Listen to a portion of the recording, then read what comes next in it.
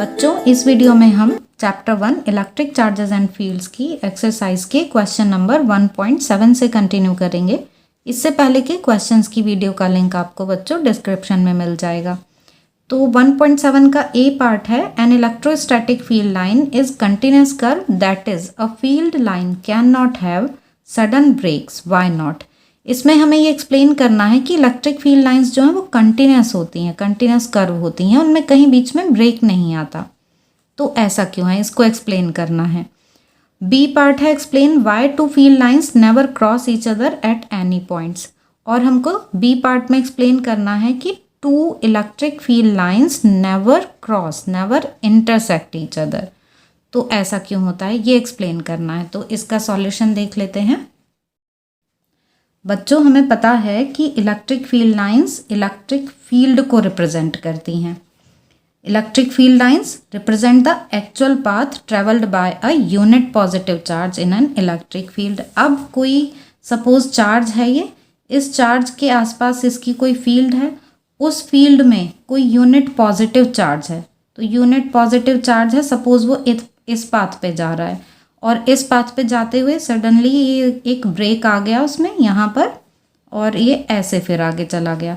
तो electric field lines जो हैं वो क्या हैं एक्चुअल में, electric field lines represent the actual path travelled by unit positive charge. तो ये यूनिट पॉजिटिव चार्ज मूव कर रहा है, चार्ज ऐसे मूव करते जा रहा है।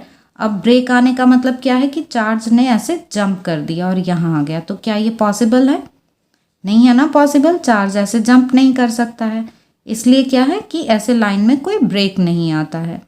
हम इसको ऐसे भी समझ सकते हैं कि ये जो लाइंस होती हैं ये इलेक्ट्रिक फील्ड को रिप्रेजेंट करती हैं। इलेक्ट्रिक फील्ड की डायरेक्शन हम इनसे कैसे देख लेते हैं, टेंजेंट ड्रॉ कर दें किसी भी पॉइंट पे हम, तो जो टेंजेंट ड्रॉ करते हैं वो उस पॉइंट पे इलेक्ट्रिक फील्ड की डायरेक्शन को बताता है। तो अब यहाँ हम हर एक पॉइंट पे इलेक्ट्रिक फील्ड की डायरेक्शन देख सकते हैं, मतलब इलेक्ट्रिक फील्ड है यहाँ पर, ये हम बोल सकते हैं। लेकिन अब जब यहाँ पर ये गैप आ गया, तो यहाँ गैप आ गया, तो इसका मतलब यहाँ पर इलेक्ट्रिक फील्ड ही नहीं है। तो इलेक्ट्रिक फील्ड ऐसे सडनली डिसअपियर हो सकती है क्या? यहाँ पर फील्ड है, यहाँ पर फील्ड नहीं है, फिर यहाँ पर आ गई फील्ड, तो ऐसा पॉसिबल नहीं है ना। इसलिए जो इलेक्ट्रिक फील्ड लाइंस हैं ये कंटिन्यूस कर्व बनाती हैं, इनमें कोई ऐसे ब्रेक नहीं आता है। अब बी पार्ट देखते हैं इसका। बी पार्ट क्या है बच्चों? बी पार्ट में हमको बताना है कि टू इलेक्ट्रिक फील्ड लाइंस जो है वो एक दूसरे को क्रॉस नहीं करती, इंटरसेक्ट नहीं करती। तो यहाँ पर ये दो हमने इलेक्ट्रिक फील्ड लाइंस ड्रॉ की हुई हैं और जो क्रॉस कर रही हैं, मतलब हम ये मान के चल रहे हैं कि इलेक्ट्रिक फील्ड लाइंस ने एक दूसरे को इंटरसेक्ट कर दिया, क्रॉस कर दिया। तो इनका ये पी जो है वो ये पॉइंट हो गया पॉइंट ऑफ इंटरसेक्शन, ठीक है, कि ये पी पॉइंट पर दोनों इंटरसेक्ट कर रही हैं। तो अब जैसे हमने देखा कि हम इलेक्ट्रिक फील्ड की डायरेक्शन फाइंड कर सकते हैं किसी भी पॉइंट पर, वहाँ पे टेंजेंट ड्रॉ करके। तो अब पी पॉइंट पर हम टेंजेंट ड्रॉ कर रहे हैं, तो इस वाली लाइन के लिए ये टेंजेंट आई, मतलब ये डायरेक्शन है इलेक्ट्रिक फील्ड की पी पॉइंट पर। इस वाली फील्ड लाइन के लिए इस पॉइंट पे ये डायरेक्शन आ गई इलेक्ट्रिक फील्ड की।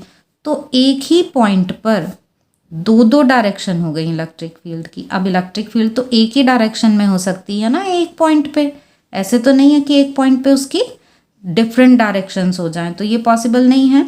तो इसलिए जो इलेक्ट्रिक फील्ड लाइंस हैं इसका मतलब वो एक दूसरे को क्रॉस नहीं कर सकती, इंटरसेक्ट नहीं कर सकती, because if they do so there will be two directions of electric field at one point which is not possible. तो आपको ये दोनों पार्ट्स जो हैं वो समझ में आ गए होंगे। अब हम देखते हैं क्वेश्चन नंबर 1. तो अब देखते हैं बच्चों क्वेश्चन नंबर 1.8। क्वेश्चन नंबर 1.8 क्या है? 2 point charges QA is equal to 3 microcoulomb and QB is equal to -3 microcoulomb are located 20 centimetre apart in vacuum. ठीक है, हमको यहाँ पर QA QB गिवन है जो एक दूसरे से 20 सेंटीमीटर की डिस्टेंस पर हैं। तो हम इनको ड्रॉ कर लेते हैं। सपोज़ ये इस तरह से हमको यहाँ पर A B ये दिए हुए हैं और यहाँ पर QA इज़ इक्वल टू है 3 माइक्रोकूलम और QB इज़ इक्वल टू है -3 माइक्रोकूलम। ठीक है, इस तरीके से ये चार्ज रखे हुए हैं यहाँ पर। और डिस्टेंस इनके बीच की है 20 सेंटीमीटर, ये डिस्टेंस है 20 सेंटीमीटर। अब ए पार्ट में हमें बताना है what is the electric field at the mid point O of the line A B joining the two charges. इस लाइन पर, ये ज्वाइनिंग लाइन है ए और बी की, इसके मिड पॉइंट ओ पर हमको बताना है कि इलेक्ट्रिक फील्ड कितनी होगी यहाँ पर। ठीक है, तो इस चार्ज की वजह से भी फील्ड होगी, इस चार्ज की वजह से भी फील्ड होगी इस पॉइंट पे, तो हमको नेट इलेक्ट्रिक फील्ड फाइंड करनी है। तो जो जो वैल्यूज़ गिवन है वो लिख लेते हैं। ये है 1.8, गिवन क्या क्या है वो लिख लेते हैं। क्यू ए हमें गिवन है यहाँ पर 3 माइक्रो कूलम, जिसको हमने कन्वर्ट कर लिया कूलम में, तो 3 × 10⁻⁻6 कूलम। क्यू बी की वैल्यू हमें गिवन है -3 माइक्रो कूलम, इसको भी हम ऐसे लिख लेंगे 3 × 10⁻⁻6 कूलम, ये माइनस में। और हमको यहाँ पर ए बी की वैल्यू गिवन है, ए बी है 20 सेंटीमीटर, इसको हम लिख ले रहे हैं 20 × 10⁻2 मीटर, मीटर में कन्वर्ट कर लिया। अब ओ मिड पॉइंट है, ठीक है, तो ओ मिड पॉइंट है, इसलिए क्या होगा, O A is equal to O B, और इसको हम लिख सकते हैं 10 × 10⁻2 metre, since O is mid point of A B. ठीक है, ये ए बी का मिड पॉइंट है। तो ये हमें क्वेश्चन में गिवन है। अब ए पार्ट में हमको नेट इलेक्ट्रिक फील्ड फाइंड करनी है। तो यहाँ पर ये क्लियर है हमारे को कि ओ और ए की जो डिस्टेंस है वही ओ और बी की डिस्टेंस है, और ए पर जितना चार्ज का मैग्नीट्यूड है उतना ही बी पर चार्ज का मैग्नीट्यूड है। तो चार्जेस भी सेम, डिस्टेंस भी सेम, इसका मतलब क्या है कि इलेक्ट्रिक फील्ड के मैग्नीट्यूड्स भी सेम होंगे। तो यहाँ पर हम लिख सकते हैं ई ए का जो मैग्नीट्यूड है वही ई बी का मैग्नीट्यूड होगा, मतलब electric field at point O due to charge A and due to charge B, वो ई ए और ई बी हमने लिख लिए हैं, और ये दोनों ही इक्वल होंगे, इसलिए हमने इसको ई लिख लिया है कि सपोज ये ई है। ठीक है, तो अब ओ पॉइंट पर देखते हैं कि नेट फील्ड कितनी होगी। ई नेट फाइंड करना है ना, तो ए की वजह से फील्ड की डायरेक्शन क्या होगी, पॉजिटिव है, तो पॉजिटिव चार्ज की वजह से ये डायरेक्शन आ जाएगी ई ए की। और ये नेगेटिव है, नेगेटिव के लिए क्या डायरेक्शन होती है, टुवर्ड्स नेगेटिव, तो ये डायरेक्शन आ गई हमारे पास ई बी की। तो ई ए और ई बी दोनों जो हैं वो सेम ही डायरेक्शन में आ गई हैं, तो इसलिए ई नेट की वैल्यू क्या आ जाएगी बच्चों, ये आ जाएगी ई ए प्लस ई बी, और इनके मैग्नीट्यूड्स क्या हैं, ई, तो ई और ई क्या हो जाएगा, 2e हो जाएगा। तो अब हम यहाँ पर ई की वैल्यू रख देंगे 2 × क्या, ई की value K Q upon R square, K Coulomb's constant, 9 × 10⁻⁹, ये कूलम्स कांस्टेंट की वैल्यू आ गई। चार्ज का मैग्नीट्यूड कितना है, 3 × 10⁻⁻6 upon R square. R square, R की वैल्यू कितनी है, दोनों के लिए हम देखें तो 10 सेंटीमीटर हो गई, ये 10 सेंटीमीटर और इधर ये भी 10 सेंटीमीटर, तो 10 × 10⁻2 का स्क्वायर। फॉर्मूला इधर लिख देते हैं हम, यहाँ हम फॉर्मूला यूज़ कर रहे हैं कि E इज इक्वल टू के क्यू अपॉन आर स्क्वायर। अब इसको सॉल्व करना है हमको, तो यहाँ पर देखें 18 3 × 54 इंटू पावर्स कितनी आ जाएंगी, 9 - 6, 3 पावर आ गई, और यहाँ पर पावर कितनी है, -1, -1 का स्क्वायर होगा तो -2 आ जाएगा, और -2 पर जाके +2 हो जाएगा, तो 3 + 2 कितना आ गया, 10⁵। इसको हम लिख सकते हैं 5.4 इंटू, हमने ये नंबर कम कर दिया तो यहाँ पावर एक हम इंक्रीज़ कर देंगे, तो 6 पावर आ जाएगी, तो 5.4 इंटू 10⁻6, ये आ गई है इलेक्ट्रिक फील्ड न्यूटन पर कूलम में। तो ये ई नेट की वैल्यू आ गई है। अब इसकी डायरेक्शन क्या होगी, डायरेक्शन हम देख रहे हैं कि ओ पर ए की वजह से डायरेक्शन भी ये है अलोंग ए ओ, और यहाँ बी की वजह से जो डायरेक्शन है वो क्या है, अलोंग ओ बी, तो हम डायरेक्शन लिख देंगे along O B, along O B. चाहे इसके लिए देखें या इसके लिए डायरेक्शन इस तरफ है। तो ये डायरेक्शन आ गई इलेक्ट्रिक फील्ड की। तो ये ए पार्ट हो गया है। अब बी पार्ट देखते हैं। बी पार्ट है, if a negative test charge of magnitude 1.5 into 10⁻⁹ coulomb is placed at this point, what is the force experienced by the test charge. अब ये बोला है कि यहाँ ओ पॉइंट पर एक नेगेटिव चार्ज रख दिया गया है। इस ओ पॉइंट पर -1.5 इंटू 10⁻⁹ कूलम, इतना चार्ज यहाँ ओ पॉइंट पे रख दिया गया है। तो अब इस पर हमको नेट फोर्स फाइंड करनी है। तो नेट इलेक्ट्रिक फील्ड हमारे पास है ही, और यहाँ Q जो O पर रखा हुआ है वो कितना है, -1.5 इंटू 10⁻⁹ कूलम। तो अब हमें फोर्स फाइंड करनी है, तो F इज इक्वल टू हम QE का फॉर्मूला लगा लेंगे, ठीक है। और ये Q का मैग्नीट्यूड रखेंगे, तो मैग्नीट्यूड कितना है 1.5 इंटू 10⁻⁹। E की वैल्यू जस्ट हमने ये कैलकुलेट ही की है। अब नेट फोर्स फाइंड कर रहे हैं तो नेट इलेक्ट्रिक फील्ड रखेंगे। तो यहाँ E की वैल्यू रख दी हमने 5.4 इंटू 10⁻⁶। अब इनकी मल्टीप्लाई कर लेते हैं, ये आ जाएगा 8.1 इंटू 10⁻⁻3। ये आ गया। यूनिट क्या होगी, न्यूटन। फोर्स है ना, तो न्यूटन में आ गया ये हमारे पास। अब फोर्स की डायरेक्शन, ये फोर्स की डायरेक्शन और देख लेते हैं। तो फोर्स कौन सी डायरेक्शन में आएगा, ये माइनस में है ना चार्ज, तो यहाँ प्लस है, तो प्लस माइनस मतलब अट्रैक्शन इस डायरेक्शन में, ठीक है। ये वाला चार्ज इस पे इस डायरेक्शन में फोर्स लगाएगा, ये माइनस माइनस रिपेल करेंगे, मतलब ये भी इस पे इस डायरेक्शन में फोर्स लगाएगा। तो जो नेट फोर्स के लिए इस पे जो डायरेक्शन आ जाएगी अलोंग OA, ये डायरेक्शन आ गई फोर्स की। तो डायरेक्शन ऑफ फोर्स ये क्या होगी, अलोंग OA आ जाएगी। 1.9 क्या है 1.9, a system has two charges 2.5 into 10⁻⁷ coulomb and QB is equal to -2.5 into 10⁻⁷ coulomb located at point A and B। उनके कोऑर्डिनेट्स दिए हुए हैं हमें A और B के। तो हम वैल्यूज़ लिख लेते हैं पहले, जो भी हमें गिवन है। हमको गिवन है यहाँ पर QA is equal to 2.5 into 10⁻⁷ coulomb, QB is equal to -2.5 into 10⁻⁷ coulomb. यहाँ हम देख सकते हैं कि दोनों चार्जेस इक्वल हैं और नेचर में अपोजिट हैं, ये पॉजिटिव और ये नेगेटिव। इनकी लोकेशन दी हुई है हमको 0 0 -15 और 0 0 +15। तो हम ये देख रहे हैं कि 0 0 15 मतलब ये हमको x और y की वैल्यू तो 0 दी हुई है, z की वैल्यू हमको गिवन है मतलब। तो हम यहाँ पे ये देख सकते हैं कोऑर्डिनेट्स के अकॉर्डिंग कि सिर्फ z एक्सिस पर हमको कुछ वैल्यू दी हुई है, बाकी x और y एक्सिस पे वैल्यू ये 0 है। तो हम इसको ड्रॉ कर लेते हैं। सपोज़ ये x एक्सिस है और इधर हम इसको मान लेते हैं कि ये z एक्सिस है, ये x एक्सिस है, और इधर हम मान लेते हैं कि ये y एक्सिस। हम किधर भी मान सकते हैं किसी भी एक्सिस को।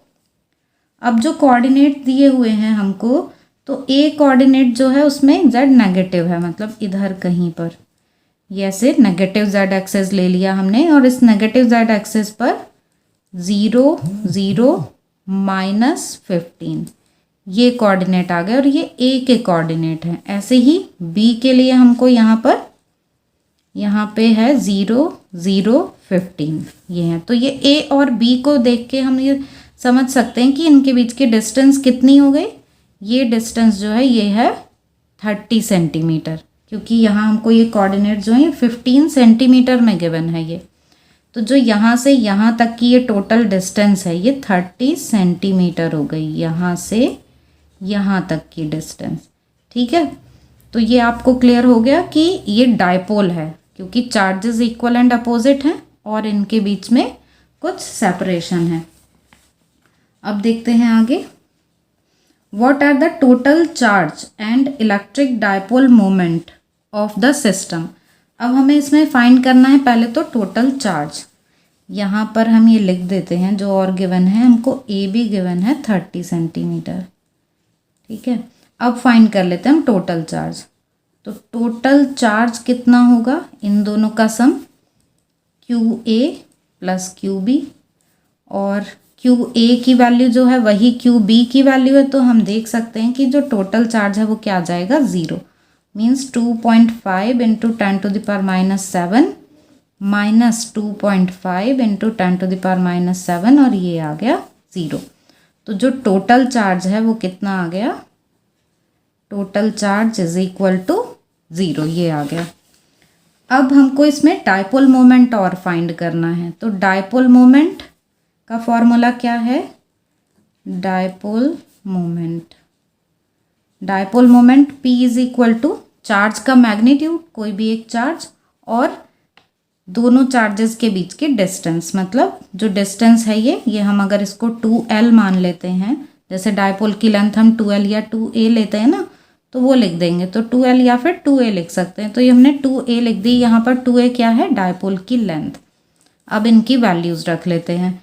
Q कितना है मैग्नीट्यूड में 2.5 इंटू 10⁻⁻7, और ये लेंथ कितनी है 2A, ये है 30 सेंटीमीटर, इसको भी हम कन्वर्ट कर लेंगे मीटर में। तो यहाँ पर 30 इंटू 10⁻⁻2 ऐसे रख लेंगे। अब इनकी मल्टीप्लाई कर लेते हैं, तो ये आ जाएगा 75, इनकी मल्टीप्लाई की 25 की 3 में 75 और 0, तो ये 75 इंटू 10⁻⁹ आ गया है। इसको हम लिख सकते हैं 7.5। अब ये हमने नंबर की वैल्यू कम की है, तो इसमें क्या करेंगे +1, तो ये इंटू 10⁻⁸ हो जाएगा।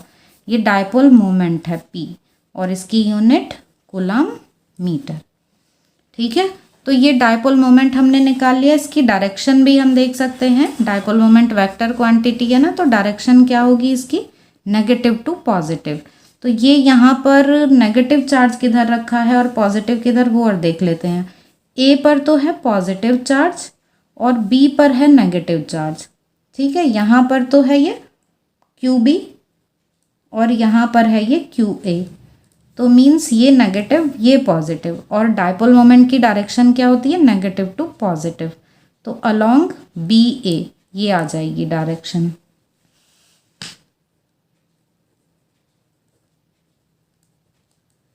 ठीक, तो ये हमने डायपोल मोमेंट कैलकुलेट कर लिया, ये आंसर आ गया हमारा। तो ये 1.9 भी सॉल्व कर लिया हमने। अब हम देखते हैं क्वेश्चन नंबर 10। क्वेश्चन नंबर 10 है, an electric dipole with dipole moment 4 into 10⁻⁹ coulomb is aligned at 30 degree with the direction of uniform electric field of magnitude 5 into 10⁴ newton coulomb. हमको इलेक्ट्रिक डायपोल मोमेंट गिवन है, मतलब कि हमको यहाँ पर क्या given है, P की वैल्यू गिवन है, ये है 4 इंटू 10⁻⁹ कूलम मीटर। और ये कितने एंगल पर रखा हुआ है, ये जो इलेक्ट्रिक डायपोल है ये यूनिफॉर्म इलेक्ट्रिक फील्ड के साथ 30 डिग्री पे रखा हुआ है। थीटा की वैल्यू है 30 डिग्री। मतलब अगर हम यूनिफॉर्म इलेक्ट्रिक फील्ड इस तरीके से ऐसे ड्रॉ कर लें कि ये यूनिफॉर्म इलेक्ट्रिक फील्ड है, तो इस इलेक्ट्रिक फील्ड में ऐसे रखा हुआ है ये डायपोल। ठीक है, ये 30 डिग्री के एंगल पे ये है यूनिफॉर्म इलेक्ट्रिक फील्ड, इसके साथ डायपोल ऐसे 30 डिग्री पे रखा हुआ है।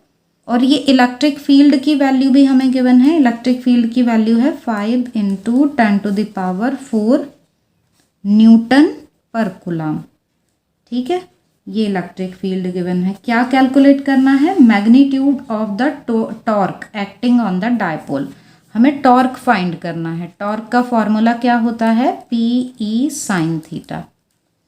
टॉर्क के लिए ये फॉर्मूला है। अब सारी वैल्यूज़ रख देते हैं। 4 इंटू 10⁻⁹ इलेक्ट्रिक फील्ड की वैल्यू है 5 into 10⁴ sine theta sine 30 degree. इनकी मल्टीप्लाई की तो ये आ गया 20 इंटू 10⁻⁻9 और ये +4, ये क्या आ गया -5, और साइन 30 की वैल्यू 1/2, तो 10 इंटू 10⁻⁻5, और इसको हम लिख सकते हैं 10⁻⁴। तो 10⁻⁴ ये टॉर्क की वैल्यू आ गई और यूनिट क्या हो गई इसकी, न्यूटन मीटर होती है ना टॉर्क की यूनिट। तो ये हमारे पास टॉर्क आ गया है, ये 1.10 सॉल्व हो गया। अब हम देखते हैं question number 11। 1.11 A polythene piece is rubbed with wool is found to have a negative charge of 3 × 10⁻⁷ coulomb. इसमें हमें यहाँ पर गिवन है चार्ज की value Q is equal to -3 × 10⁻⁷ coulomb. Negative charge ये हमको ये बताया गया है कि एक पॉलीथीन पीस को रब किया गया वूल के साथ, तो पॉलीथीन पर इतना नेगेटिव चार्ज आ गया, ये पॉलीथीन पर चार्ज है। अब ए पार्ट में हमको यहाँ पर क्या estimate the number of electrons transferred from which to which. पहले तो हमें बताना है कि नंबर ऑफ इलेक्ट्रॉन्स कितने ट्रांसफ़र हुए, फिर ये भी बताना है कि पॉलीथीन से ट्रांसफ़र हुए या फिर वूल से किस पे ट्रांसफ़र हुए हैं, ये बताना है। तो बच्चों ये हमें पता ही है कि जिस पर भी नेगेटिव चार्ज आएगा मतलब इलेक्ट्रॉन्स उस पर ही आ रहे हैं। तो पॉलीथीन पर है नेगेटिव चार्ज मतलब इलेक्ट्रॉन्स पॉलीथीन पर आए हैं। कहाँ से आएंगे फिर, ये वूल से आएंगे। तो electrons transfer from wool to polythene, ये तो क्लियर हो गया है।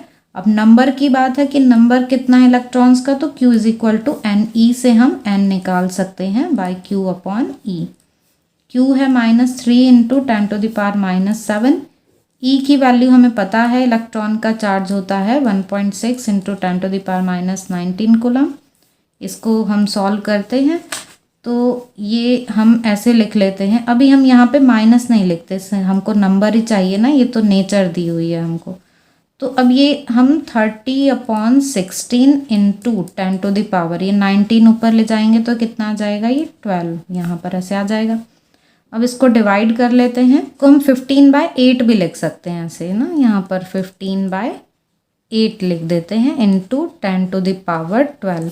तो जब हम इसको डिवाइड करेंगे तो ये 1.887 × 10⁻12। तो थोड़ा राउंड ऑफ करके हम इसको लिख लेंगे 2 × 10⁻12। ये n की वैल्यू आ गई है। बच्चों कुछ बुक्स में ये यहाँ पर चार्ज जो है 3.2 लिखा हुआ है, तो अगर ये 3.2 है तो हमारे पास डायरेक्ट ये वैल्यू 2 आ जाएगी, जो अभी हमने थोड़ा राउंड ऑफ करके लिख ली है 2। तो n की वैल्यू ये आ गई, मतलब इतने इलेक्ट्रॉन्स ट्रांसफ़र हुए हैं। ठीक है, तो 2 × 10⁻12, 2 दैट इज 2 × 10⁻12 इलेक्ट्रॉन्स।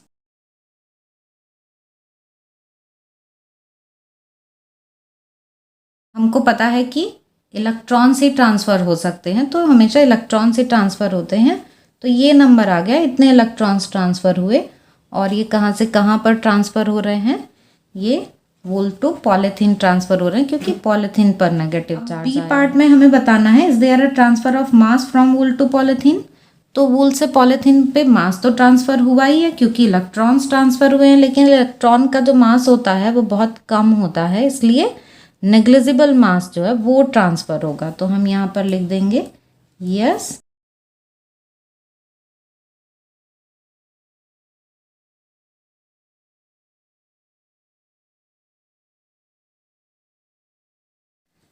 तो बच्चों मास तो ट्रांसफ़र हो रहा है लेकिन बहुत ही कम अमाउंट का मास ट्रांसफ़र हो रहा है, जिसको हम नेग्लेक्ट कर सकते हैं क्योंकि इलेक्ट्रॉन का मास जो है बहुत ही छोटी वैल्यू होती है, बहुत स्मॉल वैल्यू है। फिर भी हम यहाँ पर देख लेते हैं कि कितना मास जो है वो ट्रांसफ़र हुआ है। टोटल कितना मास ट्रांसफ़र हुआ है वो देख लेते हैं कि टोटल सपोज इलेक्ट्रॉन के ट्रांसफ़र होने से me मास ट्रांसफ़र हुआ है, वो कितना होगा, नंबर ऑफ इलेक्ट्रॉन्स जो हैं 2 × 10⁻12, इनकी मल्टीप्लाई हम कर देंगे एक इलेक्ट्रॉन के मास से जो होता है 9.1 × 10⁻31। तो यहाँ पर हम देखें तो ये वैल्यू आती है 1.82 × 10⁻18 किलोग्राम, ये वैल्यू आती है। अब यहाँ देख रहे हैं कि 10⁻18 किलोग्राम ये इस ऑर्डर का आया है मास, तो ये बहुत ही छोटी वैल्यू है, नेग्लिजिबल चेंज आएगा मास में।